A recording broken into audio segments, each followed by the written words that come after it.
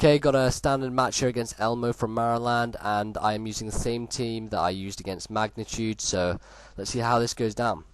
So I lead off with Goku, as he leads off with a Weavile, and he goes for a fake out here, and that loses my sash, so that's kind of gay. I know that I can live anything Weavile throws at me, so I decide to stay in and Stealth Rock. And seeing how much Night Slash did, I know that I'm safe to go in for a flamethrower to break a sash of his. He gets a crit, so I don't get to break the sash, oh well. I go out to Gliscor, predicting an ice move so I can get in a free switch to Metagross. And he actually counters, so that was really interesting, and I'm not going to go for a bullet punch here, fearing the counter, so I'm going to go out to Batman again, and he counters again, so that's good. So I go for a knockoff, and he counters the knockoff, which does nothing, so now I'm safe to get rid of him without worrying about the sash, so that's pretty good. So I decide to go out to the Sizzle, which is banded, because it's epic as hell, and he Night Slashes, and that does basically nothing, so I'm going to bullet punch, and that's going to finish off the Weavile, so that's pretty good for me. So he's thinking what to go to, and he decides to go to his Gliscor, a Gliscor of his own, and Bullet Punch isn't really going to do a whole lot to Gliscor, so I'm going to switch out to Knockdown just to see what it does, but he actually goes for a Sword Stance, so this looks to be a sweeping Gliscor set, so that's pretty interesting, and yeah, something different for a change, I suppose. I go to Metagross, predicting the Stone Edge, and now he gets a crit, so that's really gay with a +2 attack, so yeah, that kind of sucks for me. And now I know he's going to Earthquake, so I'm going to go straight back to my own Gliscor to dodge that. And now I decide to go for the knockoff to get rid of his leftovers, because that's going to be a help. So I get rid of his leftovers, and I see Stone Edge doesn't do all that much, so he goes for a Sword Stance, and I roost up.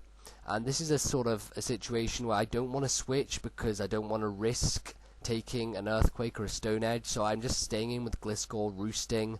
He's Sword Stancing, roosting himself, going for Earthquake on me, predicting my switch, but I'm just going to be adamant I'm going to stay in because I really don't want to risk anything. So I keep roosting, and that's good eventually because he does Stone Edge, and I do live it, and I do get myself back to practically full health, so I'm just going to stay in and roost again, mainly because he can't do... I can just stall him out, basically.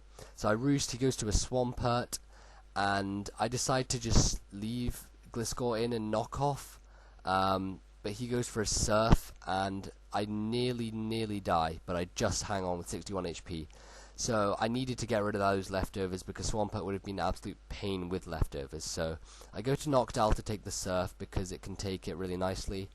And there's no Stealth Rock on the field at the moment until my Hypnosis misses, which causes Stealth Rock to be on the field and to be an absolute pain in my ass. So Hypnosis hits a second time, and now I'm just going to go with a Whirlwind because it's the safest option. But he wakes up first turn and gets the Ice Beam off, and thankfully I don't freeze, but he's getting pretty lucky here. So out comes a Gliscor, and I don't want to stay in for the Stone Edge, but I do stay in because I want a Hypnosis, hoping that Stone Edge misses, but it does miss, but so does my Hypnosis, so I'm really pissed off now. So, yeah, Knockdown dies to the Stone Edge. I hoped it may have missed again, but he gets a crit, even worse, so my luck's really going downhill here, and I'm not really liking it that much, so yeah, that pretty much sucks.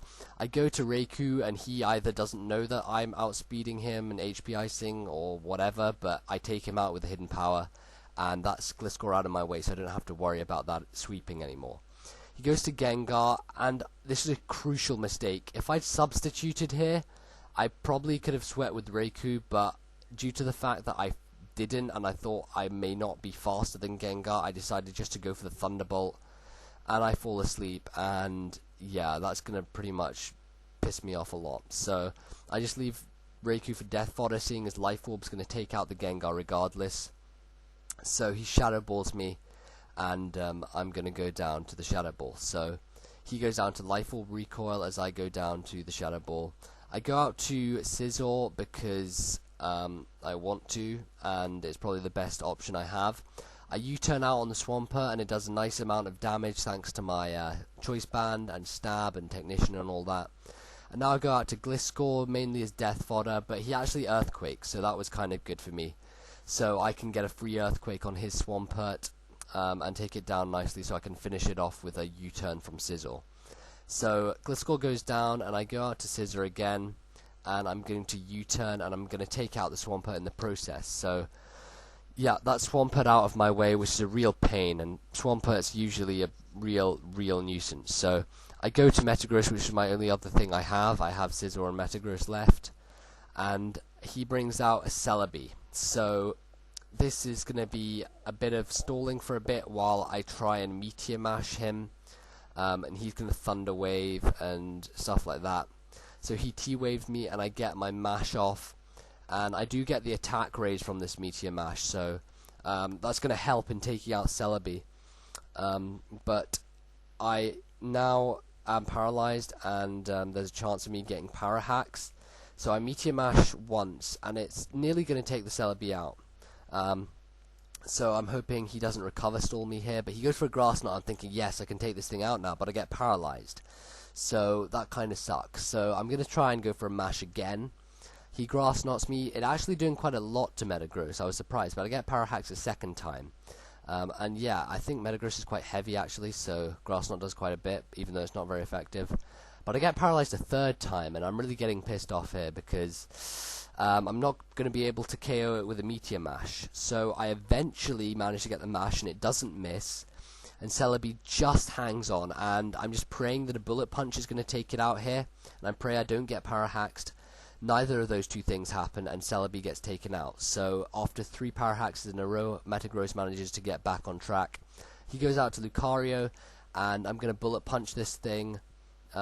He Extreme Speeds for some reason. He would have been safer off going for a close combat. It didn't really matter in the end anyway, because I have Scizor with Bullet Punch.